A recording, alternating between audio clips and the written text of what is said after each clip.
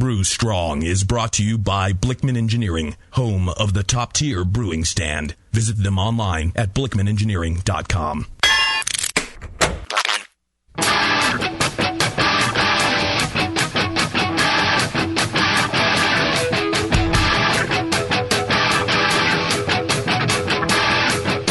Brewers, it's time for the beer radio you've been looking for.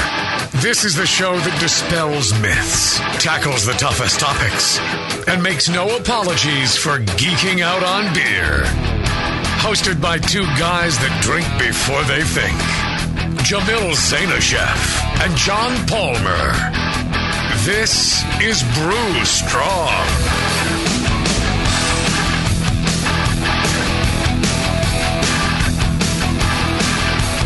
Hey, howdy, hey, my brewing brothers and sisters. Greetings. Going back to an old classic, are you? Yeah, well, caught me by surprise. So came back from the pee. That what happens? Like, burglar breaks in the middle of the night. You're like, greetings. Don't you? Most likely I'd say good grief. Good grief. Good golly. Take everything but the top tier. Shucks, guys. Yeah, I tend to cuss when I'm surprised. I believe that because Palmer doesn't really cuss any other time. I could just see him. Oh, fuck. Oh, shiminy fucks. No, the one time I was startled awake in the middle of the night, I actually said goodness gracious. That's what I said. Goodness gracious. Lordy. Yeah. Kind of embarrassing, really. But. It is embarrassing. Lordy Lord. Lordy, what's going on? Oh, yes. Well, you can tell we've already knocked out 2 shows, and we're coming up on the Q&A show. A few beers under our belts. Yes. And, yeah, take everything but the top-tier system is what Justin was saying. I think I'd agree, Yeah. It's okay. Take the wife. Leave my top-tier system. Yes. Top tier from our fine sponsor, blickmanengineering.com. Check them out. They got great products. And, if you go to your local homebrew shop, chances are, if they don't carry a Blickman product, they're just looking for an excuse to carry a Blickman product. They'll be happy to order it for you and get it shipped to you. Yeah, they've got everything from making the wort to chilling it to bottling it for competition in a very professional way. So lots of cool gadgets still coming out. If you think you know everything that Blickman sells, you're wrong. Or everything that Blickman makes, you're wrong. Go to the website. You want to check out that website, every so often because they are coming up with new stuff all the time. The hop blocker they just came out with, and it's got some other great little gadgets that just make the brewing experience better. So check it out. They they pay for the show, so you don't have to. So the least you can do is send them a nice email. Say, hey, thank you for sponsoring the show and making sure the show goes on because I enjoy it.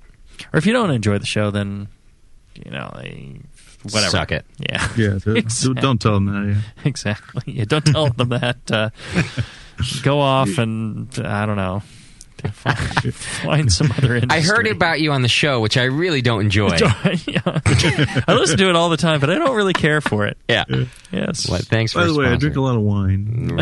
Right. Wine. I listen to it for their ribald humor. Yeah. Yes. You, me, and Chaucer. That's us. Right. Speaking of Chaucer, when's the next time that we're in England? Not soon. No, I wish. We really should get Cameron to invite us over there.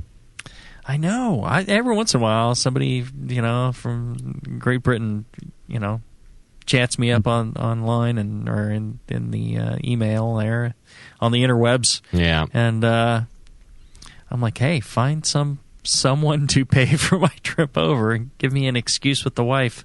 You fuckers get invited to all the good places. I get invited to like the Pacheco Community Center, and you guys get invited to Australia and England. Well, we're more attractive than you are. Yeah. I guess you have to know something to go and talk about beer. Yeah. We put out easier than Right. Justin does. He's frigid, Yeah. John and I were Easy. Justin Free wants to bring spirits. equipment. We bring beer. Spirits. we're wild and crazy guys. Yeah. Yeah. That's it. All right. Well, let's knock out this Q&A show. And what that means is, generally, I'll try and, the three of us will try and send out tweets and Facebook updates saying, hey, we're doing, Q&A show, jump on. But I didn't today. I was busy doing other things with. Yeah, me too, actually. Had an early morning fencing lesson with my son. Took him down to the You using 4-inch or 6-inch slats on that fence? the 6-inch. Yeah. 6-inch, all right. Go big or go home. That's what I always say. That's right. I tweeted for you, slackers. And I Facebooked, too. All right. No wonder nobody showed up. No, Yeah. I don't know. So generally we do that. And what it is, it's a chance for you to ask any question, you have of, the three of us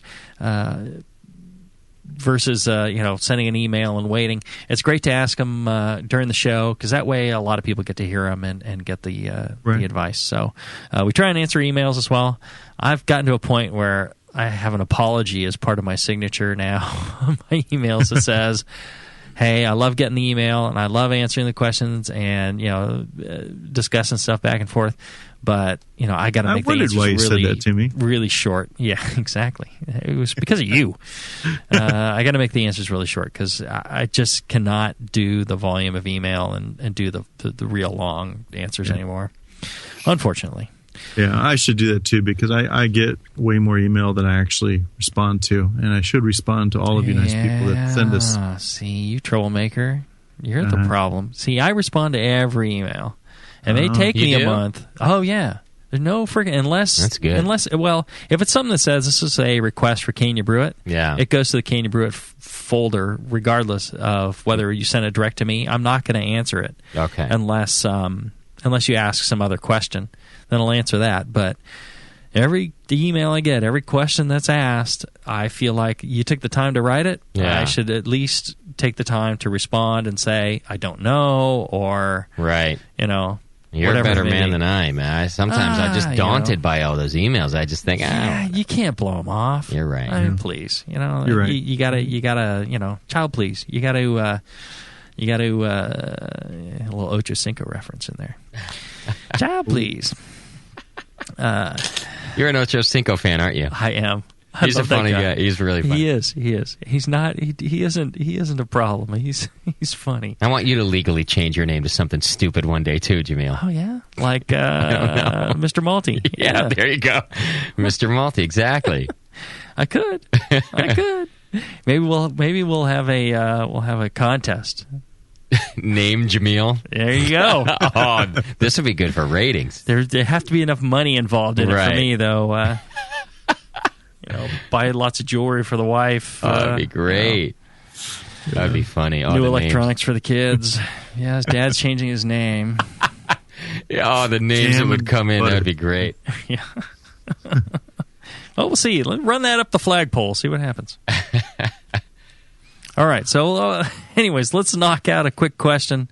Pick a brief one, and let's get it done, and then we'll take a quick break. Okay, and just so you know, the Q&A show, you can send it to brewstrong@thebrewingnetwork.com or feedback@thebrewingnetwork.com. Either one will get to us, and that's how you send them in advance. Or as Jamil said, you tune in live, and you go in the chat room, and you get me your questions that way. All right, Jesse from Seattle wrote into the email. He wants to know about salt additions, and he says, when calculating salt additions to be added to the kettle, should I assume that all of my mash salt additions end up in the kettle over the course of the first runnings in the sparge? Since there's water retained by the grain, right, is it also safe to assume that some of these mash salts are retained as well? Yeah, you are assuming that they end up in the kettle. Okay. Well, it is a lot of assumptions, and maybe it's misleading assumptions. But to the best of our knowledge, we're saying that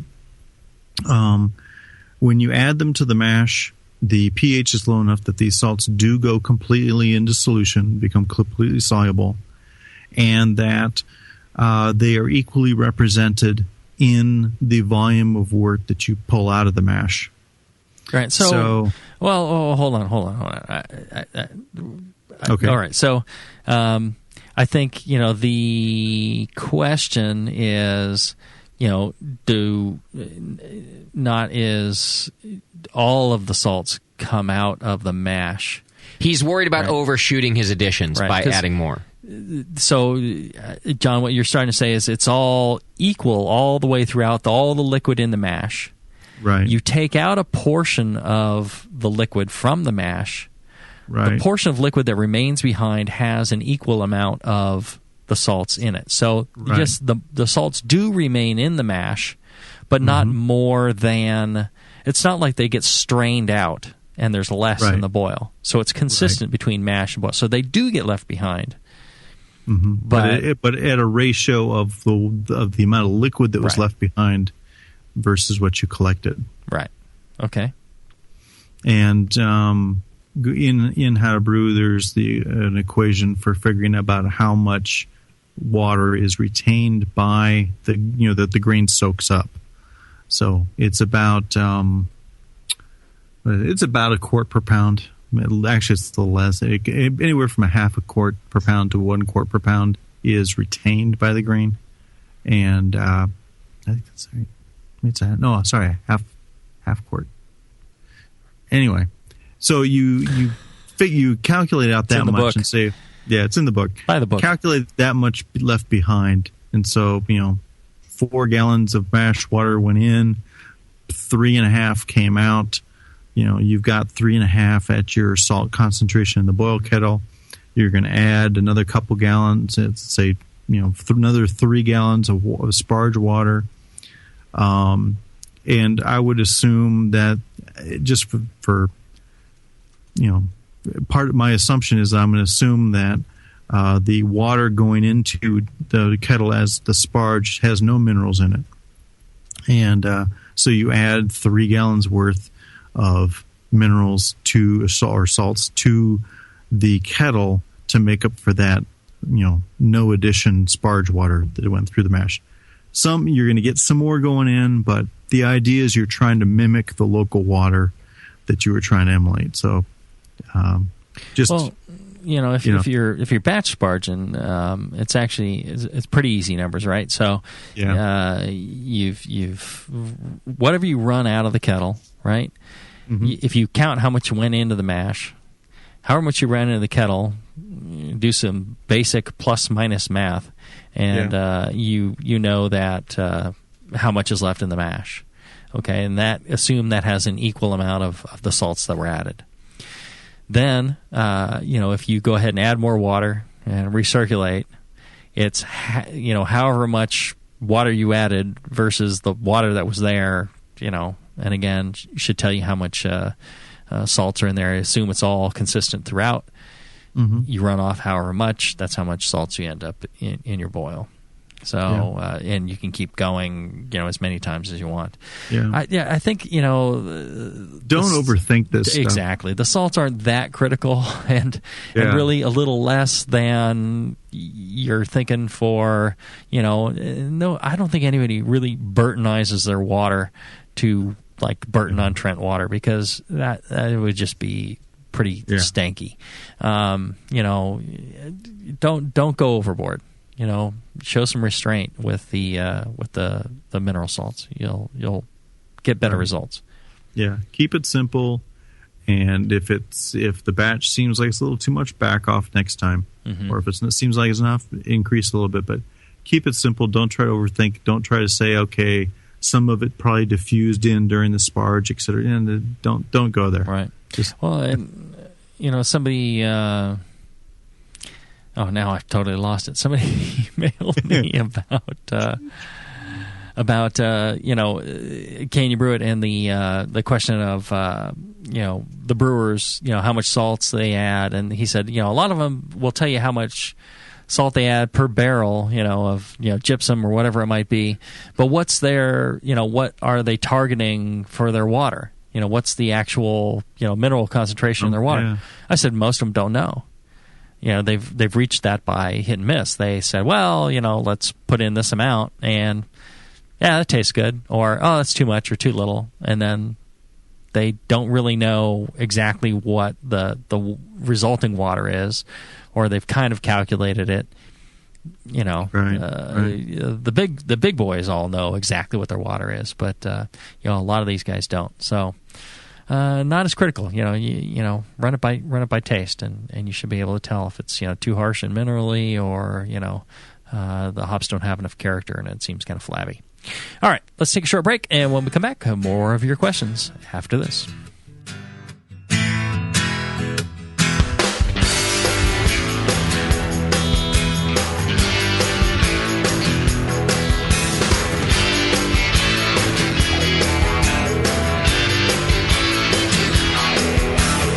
Brew right.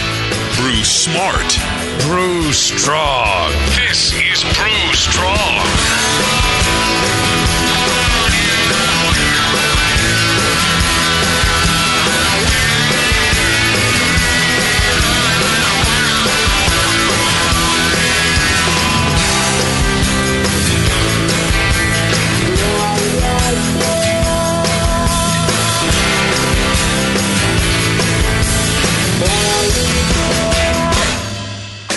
The cutting-edge equipment from Blickman Engineering is designed by brewers to make your brew day shorter, more enjoyable, and to give you a sense of pride in your equipment. At Blickman, they know what makes brewing a pain and build gear that makes it fun. Like the intuitive beer gun, a completely different approach to filling bottles. The Therminator Wort Chiller, a new take on a plate chiller that's sized for flow, performance, and the high groundwater temps homebrewers face every day. The Brewmometer, a brilliant weldless thermometer design with brewing parameters right on the dial. The Autosparge, ultimate simplicity for preventing an overflow or running your mash tun dry. And much more, like the modular top-tier brewing stand, conical fermenters, and their Boilermaker brew pots. With more cutting-edge equipment coming soon, keep up with the latest from Blickman at blickmanengineering.com and stay on the cutting edge. And now, Northern Brewer brings you another installment of The Time Brewers. 3 brewers, 3 different eras, all caught in the same fermento-chronological vortex, traveling through time, righting brewing wrongs, and bringing beery wisdom to where and whenever it may be needed. Journey now with Dr. Jean de Klerk. Greetings, listeners. 20th century Belgian super brewing scientist. Please, the yeast and the enzymes do the hard work. I am merely a facilitator. Icebach. What? 21st century Norwegian American homebrewer rapper from St. Paul. Listen. I bust the attenuation maxims and my Yakima magnums make my lager so smooth it's like a laxative. My spit got that static power after I mash for an hour. I got naked ladies in my brew room all covered in hot flowers. I swing a propagation flask like a 5-liter dick. Get your nasty mid-drinking group on ass back to 1026, boo! And Brother Abelard. Art thou a witch? Begone! 12th century English monk and perpetuator of brewing superstition. My holy rod of divine babbling shall maketh any ale to froth by the grace of heaven, and a modicum of bog myrtle hurts not either. Brought to you by Northern Brewer, your one-stop homebrew supplier throughout the entire fermento chronosphere. The widest selection of quality malt, hops, yeast, and equipment with $7.99 flat rate shipping. Tune in next time for more Time Brewers! Downtown Joe's, located in the historic Oberon building in beautiful downtown Napa, California, offers an award-winning brew pub experience from 8:30 a.m. to 1 a.m. every day. For 15 years at the corner of 2nd and Main, Downtown Joe's has been voted Best Night Spot 7 times and Best Brew Pub for the last 4 years in a row. Brewmaster Colin Kaminsky's handcrafted ales, like his Tailwagon Amber Ale and Catherine the Great Imperial Stout, are the perfect accent to riverside dining, live music, and a relaxing outdoor patio. Don't miss the Beer of the Month, special rotating taps, and happy hour all day Mondays. Visit downtownjoes.com to make reservations, peruse their extensive calendar of events, or just read more about their fantastic beers. Come enjoy the fine beer, food, and music. Downtown Joe's, the award-winning brew pub where you'll feel at home.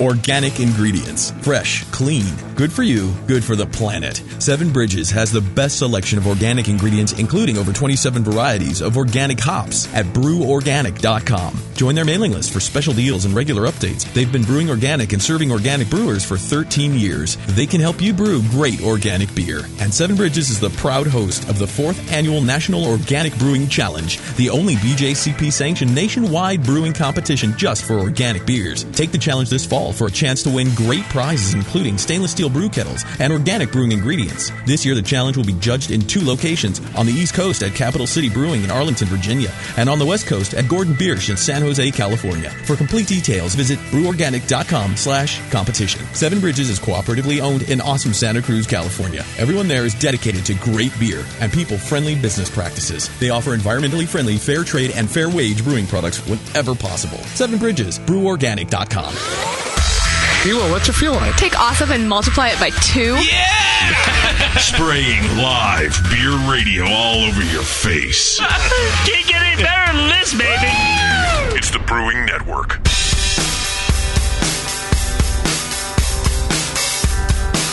Back to your hosts, Jamil Zainasheff and John Palmer. Putting the testicles in technical. This is Brew Strong. All right. Technicals, baby. Gonna get hit right in the technicals, yes. Yeah. Palmer's name never sounded so good as when that announcer says it. I'll say that right now. Yeah. Palmer. Yeah, exactly. That's true. He puts the balls in Palmer is what he does. That's right. I can't pronounce my name so people understand what I'm saying. Right in the Palmers. Yes. Yeah. All right. So step up with your Palmers and bring some good questions to our Q&A session. All right. What we got next? All right, couple questions coming from guests in the chat, so I'm sorry I don't have your name in here. But this listener wrote in, I use Firm Cap S from Northern Brewer in most all of my beers in fermentation. Will that affect my future beers that I'm repitching my yeast to? And I don't know what Firm Cap S is, by the way. Well, it's one more than Firm Cap R. Oh, good. Mm-hmm. One less than Firm Cap T. Perfect. It's the Firm Cap that goes to 11.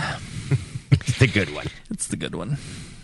Yeah, the material that's in there does not dissolve and get worn out, is my understanding. So I don't think it gets bound up in anything. I think it would carry from pitch to pitch. What is it? Is it like a Fermaid K? Is it a nutrient? I don't know it's anti-foaming. Yeah. Okay. All right. You'd have to check with the manufacturer for sure, but I'm pretty sure it will carry over. So, a lot of breweries will filter out any residual and things like that. So, but I think it's not a big deal if you're using it anyways.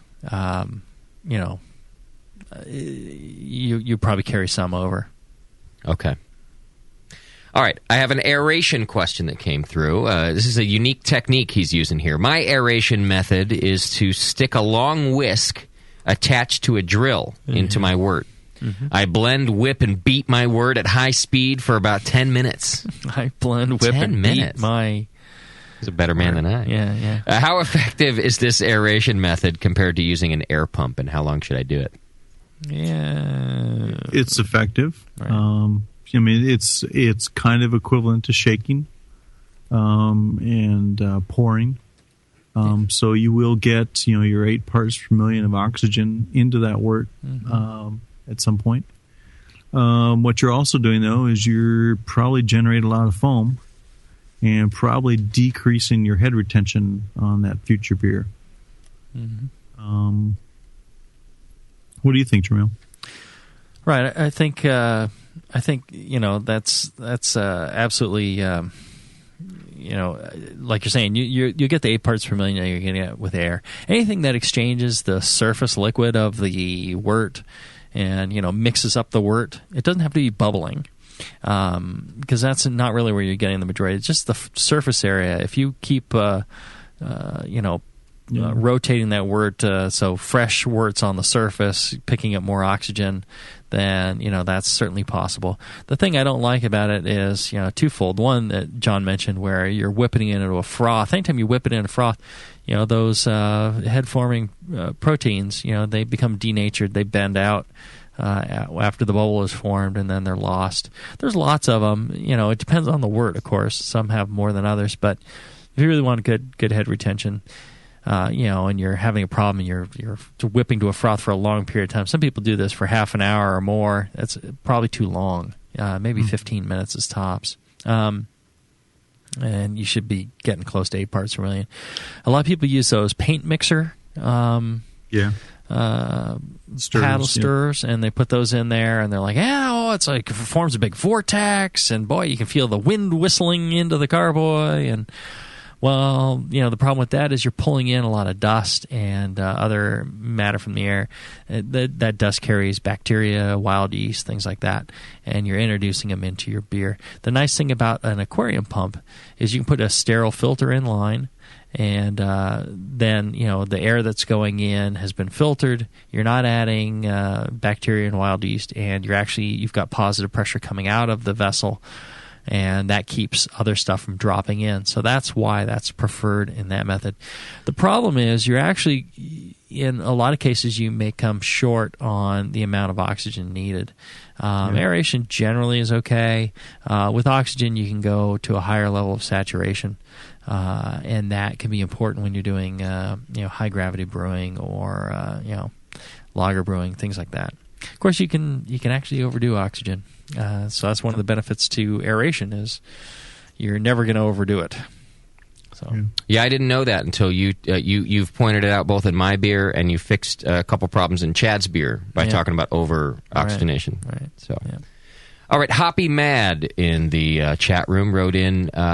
He's making your Munich Helles, JZ, and he says, when lagering, I've heard that I can do this lagering in a keg. And I'm checking to see if this is okay to lager in a keg. And if so, do I carbonate the beer and lager it, or do I wait until I'm done lagering it? All right, so he's talking about the Munich Helles from Brewing Classic Styles. Oh, yeah. Those of you on the video. Oh, the video's gone. Brewing Classic Styles. Yeah, you can pick up a copy in the Brewing Network store, and they're signed. And Munich Helles, page 52. If you're lagering, what I do is I try and make sure my beer is in the condition it needs to be at the end of fermentation, through proper fermentation and temperature control during fermentation, and it's pretty much ready to drink at that point. And then I just throw it in a keg, crash cool it, and hook it up to pressure all at the same time. So in a week or two, it's ready to go.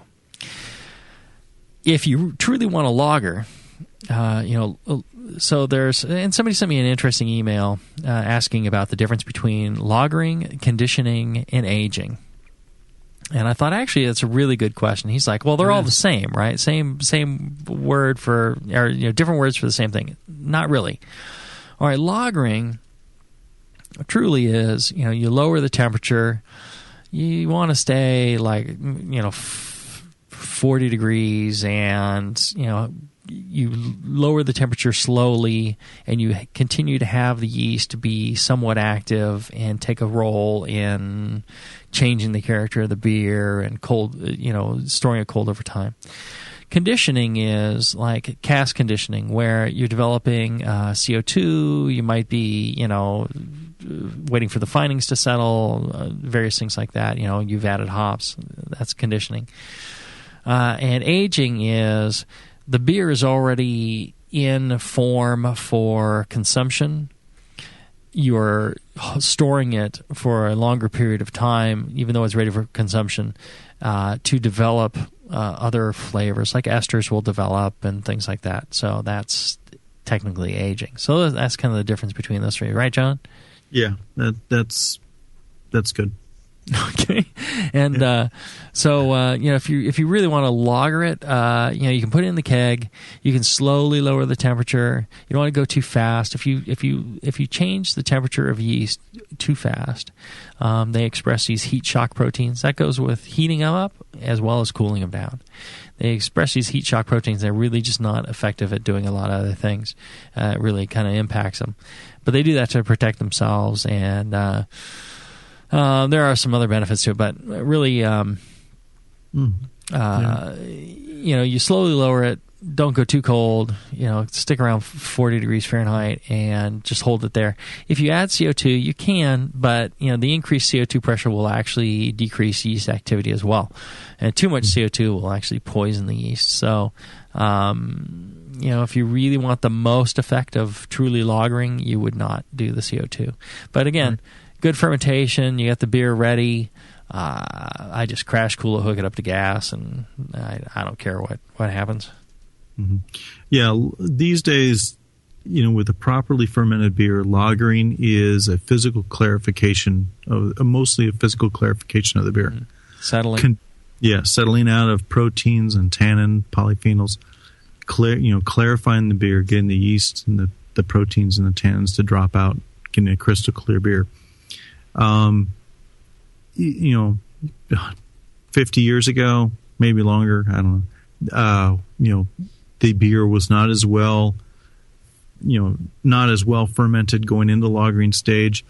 They had to be gentler in the lager cooling, taking it down, few degrees a day, and to let the yeast finish conditioning the beer, cleaning up the flavors, getting rid of acetaldehyde and diacetyl and so on. That to me, that's conditioning is the cleaning up of flavors, going from a green beer to a finished beer. Aging is, as Jamil said, is after you've gotten the beer to a finished condition. Fermentation is finished. Other processes, oxidation reactions and melanoidin reactions are going to occur over time, even at cool temperatures, and cellar temperatures. And it's the beer's subtly going to change. Develop some more esters, develop some oxidation notes that are characteristic of, say, English strong ales. The character, the flavors of the beer will change with age, and that's what we're talking about is flavor changes with aging. Another example of conditioning is like Jamil said with cask conditioned ales. Again, it's a young beer. You're letting that beer get exposed to some more oxygen, and it's developing a very particular flavor profile in that cask conditioning time. And you serve it and you end up serving it a short time after that. Okay. All right. Well, let's take a short break, and when we come back, we'll get more of your questions and interesting feedback after this.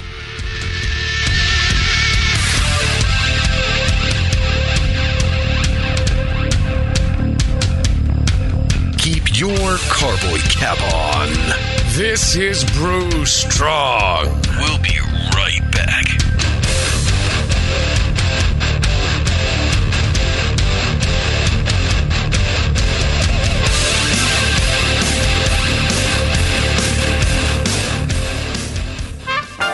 Do you support the Brewing Network?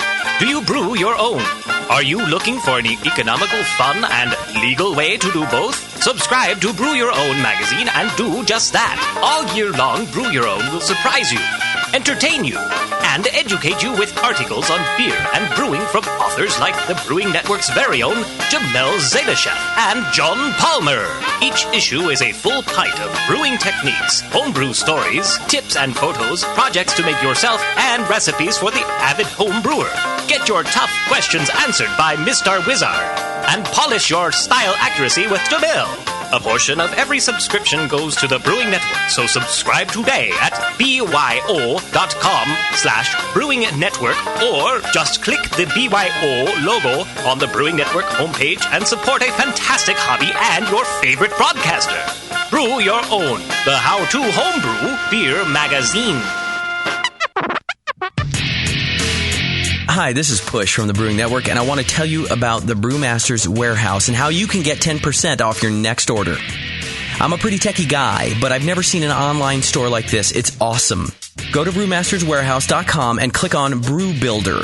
You can whip up a custom recipe so easily even Sven could do it. Seriously, it's slick. You can share your recipe with your own logo and notes to the Brewmaster's database if you want, and the best part, it keeps a running tally of the beer you're building while you're doing it. Then, bam, click Buy Recipe, and your cart is filled and ready to go with helpful suggestions in case you forgot something. This thing is amazing.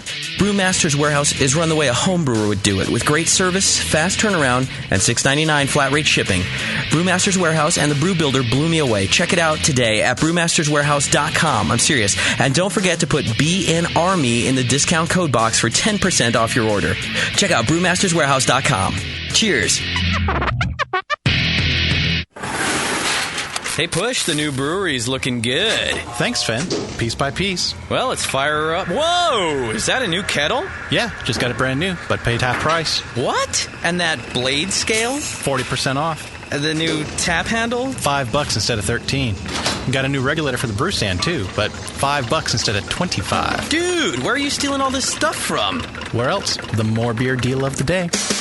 Announcing the Beer, and More Beer deal of the day. Every day, a new fantastic deal from big items to small that will blow you away. Boil kettles, carboy carriers, sterile siphon starters, digital timers. Watch morebeer.com every day for a new deal, and you just might find the item you've been waiting for at a price you cannot believe. Hurry, because stock is limited on most items.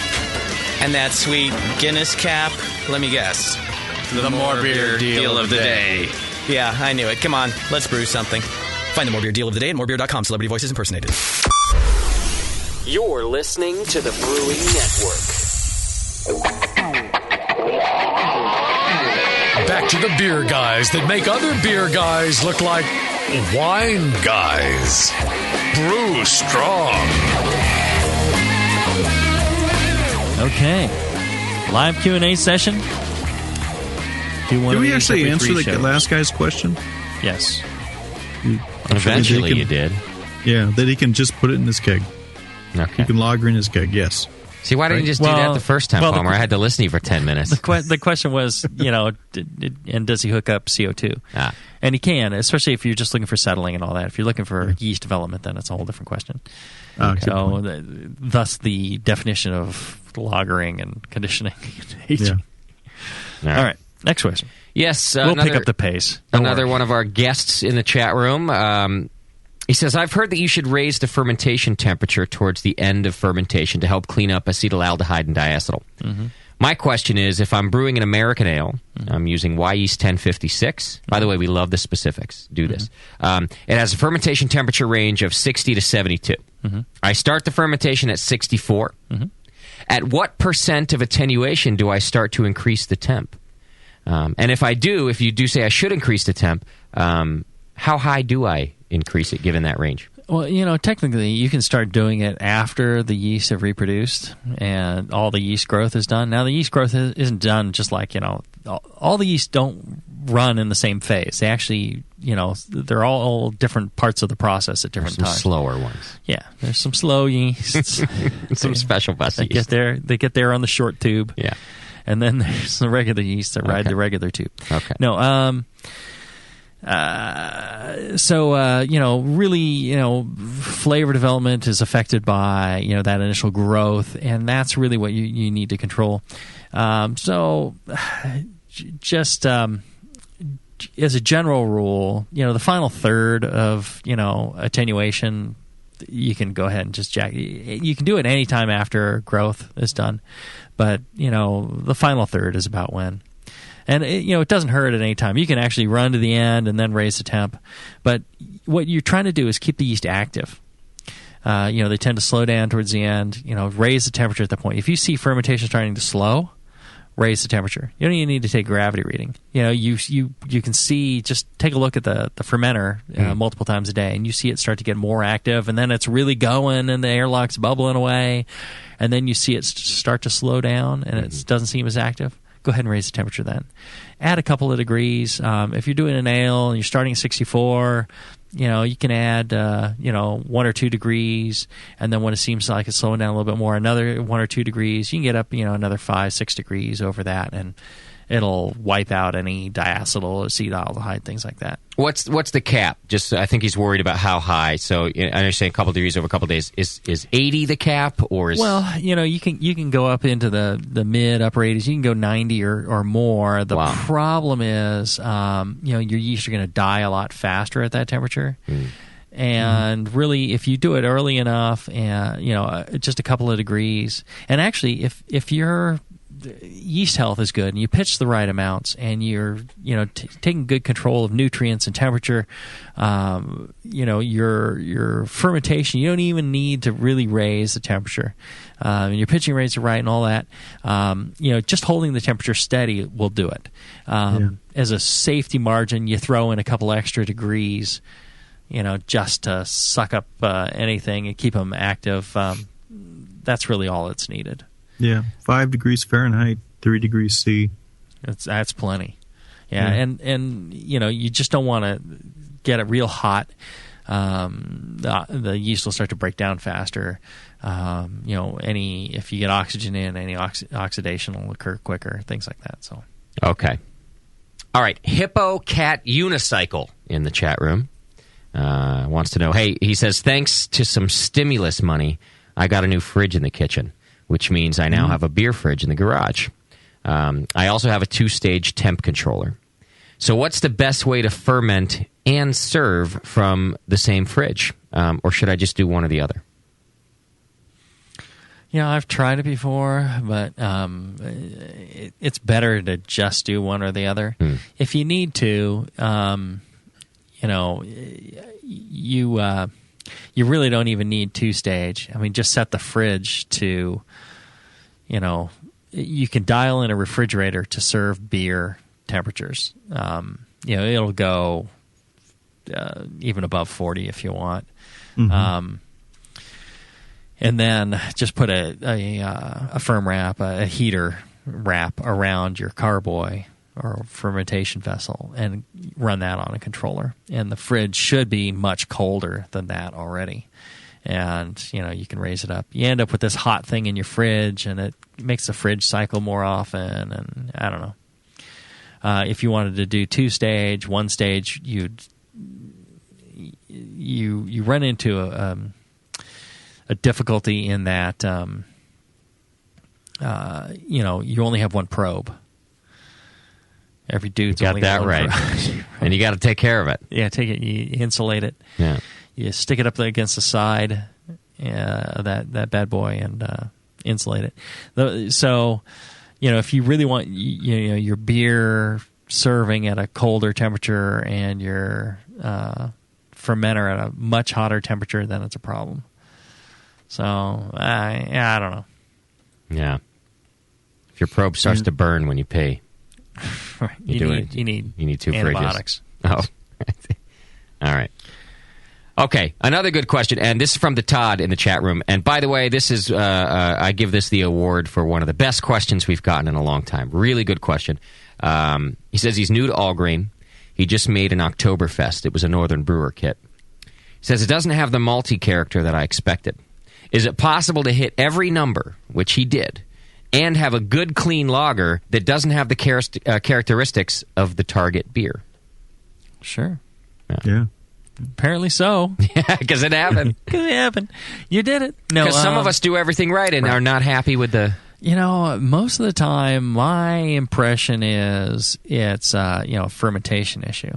So, not making sure you have the right population of yeast, healthy yeast, good fermentation practices, things like that. That tends to, when you really attenuate out a lager properly and, good lager fermentation, it's crisp and it's clean and you get all this malt character. All the malt character just all of a sudden comes through. And when you don't, it's just kind of, I don't know, just okay. Well, also I think the water chemistry may have something to do with it. Sure.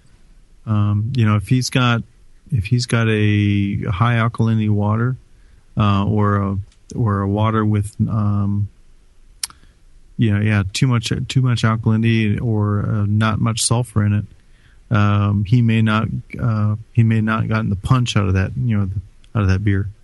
To bring that malt character up, adding some brewing salts to that beer, some sodium chloride or some calcium chloride.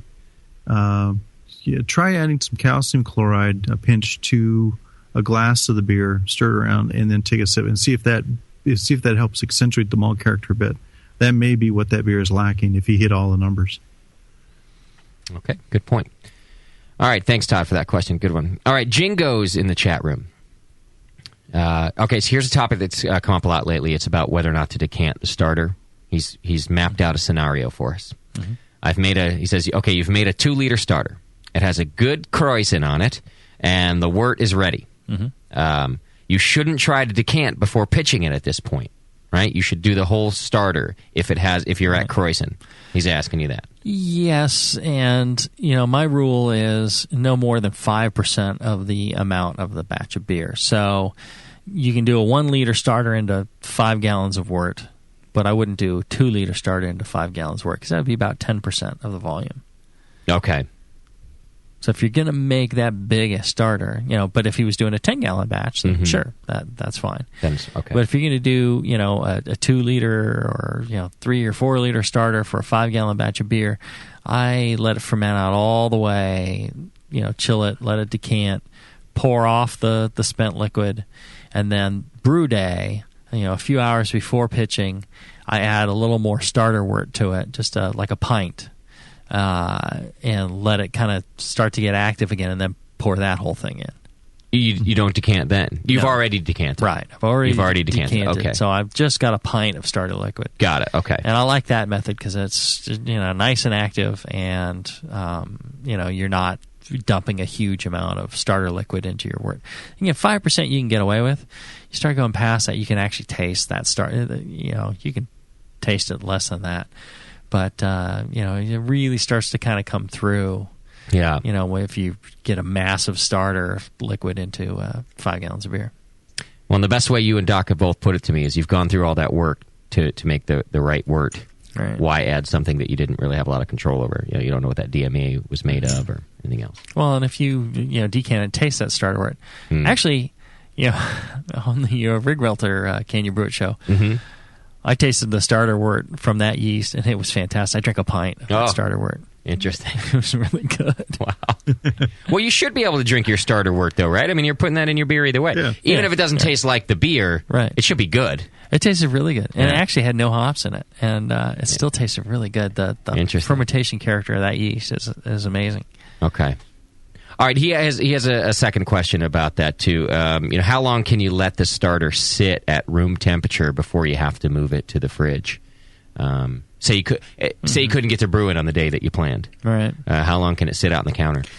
Well, it sit out as long as you want. The yeast end up utilizing some of their reserves after a certain period of time. The interesting thing is when you go to chill. Your wort, you can actually there's stages you can take to build like the trehalose in the yeast and build the reserves. So and actually you don't want to do it too quick either. There's a period of like 8 to 12 hours where the yeast are building their glycogen reserves as well. So you want to let the starter ferment out and then give it about a half a day at least for them to build their glycogen, and then go ahead and refrigerate it. Okay. All right. A couple more for after the break. All right. Let's take a short break and get the rest of the questions answered back after this.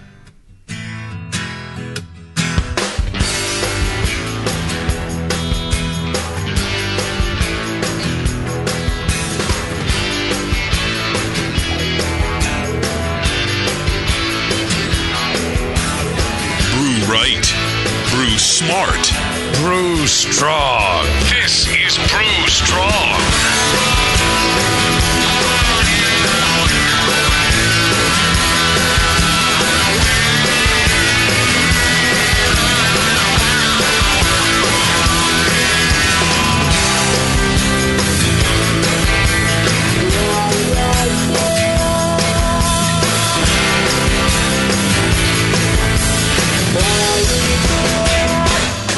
The cutting-edge equipment from Blickman Engineering is designed by brewers to make your brew day shorter, more enjoyable, and to give you a sense of pride in your equipment. At Blickman, they know what makes brewing a pain and build gear that makes it fun. Like the intuitive beer gun, a completely different approach to filling bottles. The Therminator Wort Chiller, a new take on a plate chiller that's sized for flow, performance, and the high groundwater temps homebrewers face every day. The Brewmometer, a brilliant weldless thermometer design with brewing parameters right on the dial. The Autosparge, ultimate simplicity for preventing an overflow or running your mash tun dry. And much more, like the modular top-tier brewing stand, conical fermenters, and their Boilermaker brew pots. With more cutting-edge equipment coming soon, keep up with the latest from Blickman at BlickmanEngineering.com and stay on the cutting edge.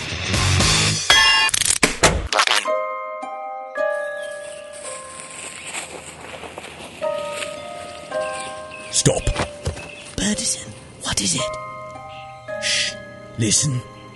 I think I hear a dwarfen ale. A what? A dwarfen ale. But there's no such thing. Aye, lad, but soon there will be. Hail, brewers! Fantasy Brewmasters invites you to participate in their 2010 Dwarf Brew Recipe Contest. Do you dig fantasy? Have you ever wanted to sit down for a beer with Frodo at the Prancing Pony? Or wish your tune wasn't the only one downing Warcraft's Brew of the Month?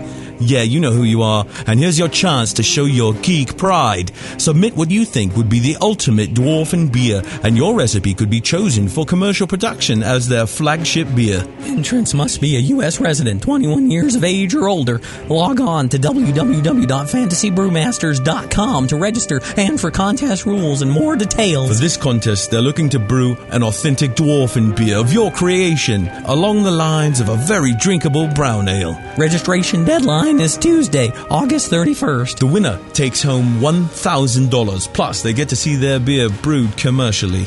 Go to fantasybrewmasters.com now. It's not some old fantasy character beer. It's effing dwarfen ale, yo! fantasybrewmasters.com. Williams Brewing is your online resource for prompt delivery of quality home brewing supplies. Since 1979, Williams Brewing has offered the finest equipment and freshest ingredients and the best customer service in the business. Cut hours off your brewing sessions by using one of our 11 varieties of famous Williams malt extract. Our Williams Belgian Pale Extract is mashed with pure Belgian two-row malt and a small percentage of Belgian wheat malt for an authentic Belgian character you just can't get from other extracts.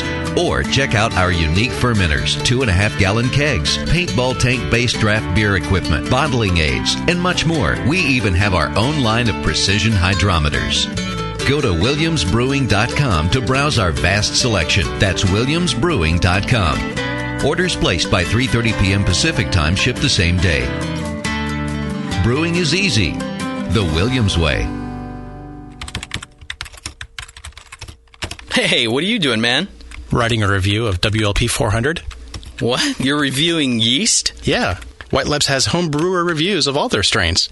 Are you new to these interwebs? Check it out. That's awesome. White Labs, your source for great yeast, invites all brewers to visit whitelabs.com to read and write your own reviews of all their yeast strains. Get real-world tips and tricks from other brewers who have made the most of their vials and post your own experiences. It's another way White Labs brings you closer to the best yeast on the planet. And send. There you go. You misspelled flocculate, dude. What? Mother... White Labs. It's all in the vial.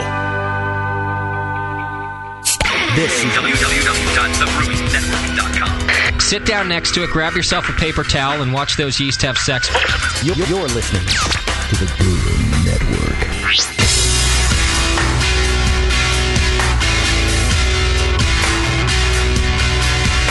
Like the Lance Armstrong of the beer world. Except for that nut thing. This is Brew Strong.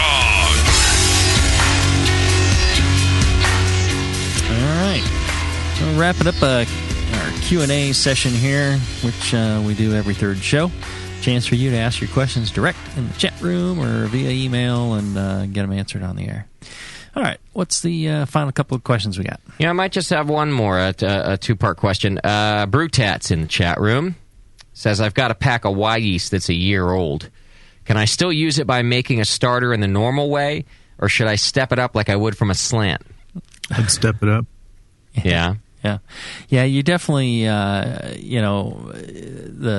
if it's a year old, a good portion of the yeast, even if it was well maintained, a good portion of that yeast is dead. So you're going to, or extremely low viability. So you're going to want to kind of grow that up. And he's got the same question about an old pack of dry yeast, Safel 05. Well, how old? Maybe it's about, let's assume it's a year old also. Right. So the dry yeast loses viability, especially if it's stored properly, assume it was stored cold, loses viability slower. It's something like, I can't remember what the numbers are. It's like 4% a month or something like that. So it's maybe like 50% viable by the end of, or it's lost 50% of its viability by the end of a year.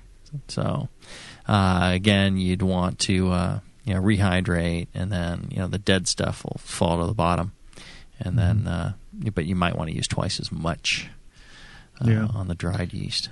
Yeah, the liquid yeast would be down to what, maybe 10% after a year.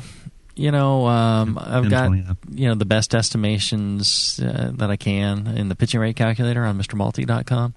The thing is, none of the yeast companies want to give me specifics as to viability, so I had to do my own measures, and that's probably not as good. You may get a little better than that, and it's certainly possible. People go, "Oh no, I must have 20%." It's like, well, yeah, all right, but the reality is, you can't say that every pack is going to be that high. So you're going to need to grow it up as if you would from propagation. And then the question is, well, how do I know how much yeast I have then? Well, you have to get used to estimating the amount of yeast. So, counting. If you got a microscope and a hemocytometer, you can do it. You can also kind of estimate if you've got like a White Labs vial, and you put yeast in there, and you shake up, buy a vial, shake it up, and let it settle briefly, and that's 100 billion cells. If you pour your yeast in there, and you hit about that same mark of solids, then you probably have a little less than 100 billion cells, because you probably have more non-yeast material in there. So that probably give you a pretty good idea of what the concentrations are. You can also do this thing where for turbidity, like 1 million cells per mil is just visible. Pure water, the water looks turbid. Versus when it's less than that, you don't see the turbidity. It just looks turbid with 1 million cells per mil. So that's another way to, and the way you do it is, you have your volume of yeast, right? Your slurry or whatever, and you've been growing it up, and you know exactly how much volume that is. And take a mill out and put it in, 9 mils of water, and if, you can calculate the math, and you can add more water and get to a point where it's just loses the turbidity, and you do the math to tell you what the concentration in that 1 mil you pulled out of your sample was, and then you do the math to say, well, if in 1 mil I had this amount of yeast, and I've got 150 mils of slurry here, okay, I have 150 times that amount of yeast in this slurry. Okay, so that's how you can calculate out what your concentrations are without doing a microscope and hemocytometer. It requires math. Yeah, or go to the store and get another vial of yeast is what I'm doing. After listening to that, now I'm going to get more yeast. So, well, and there's the times where Like the good people at Y Yeast, they sent me a packet of the only packet they had left of a yeast that I needed for the Rigwelter clone, the Black Sheep Brewery clone show. If they hadn't sent me that yeast, that beer probably wouldn't have been cloned. Right. And but that was a year old. Oh, okay. But they sent it to me, and I grew it up, and it was great. Okay. But it took a little growing. All right, and that's all we have time for from the chat. Good job today, guys. Nice work. All right. Thank you. And good job, folks in the chat and listening. Like I said, we have the smarter listeners here on Brew Strong. Always good to hear from you. Always good to hear from the smarter ones. Yeah, anybody. That's really. what he meant. Yeah. Yeah. All right. Well, we enjoy listening to all of you, whether smart or not. You fit right in, and we love it. So, if you get a chance, come out and see John, I, Justin, the whole Brew Network crew at the Brew Network party in Minneapolis. It's going to be just before the NHC. Even if you can't get tickets to that, you can still maybe show up to the Brew Network anniversary party. We'd love to see you out there, or some of our great sponsors, Northern Brewer, Blickman Engineering, what have you. It'd be cool to see you out there. Yep. And if you get a chance, go to the Brew Network site. You can sign up for Brew Your Own magazine. I write a column for every issue, and John also contributes as well to Brew Your Own. You sign up through the Brewing Network through that link on the website there. Brewing Network gets half the subscription price. So that's a good deal for the Brewing Network, good deal for BYO, and a good deal for you because it's a quality magazine. So if you get a chance to check that out, you can find other stuff at the Brewing Network site as well. Shirts, books, what have you. Good stuff. Until next time, make sure you brew a lot and brew strong. Brew strong, Cretans.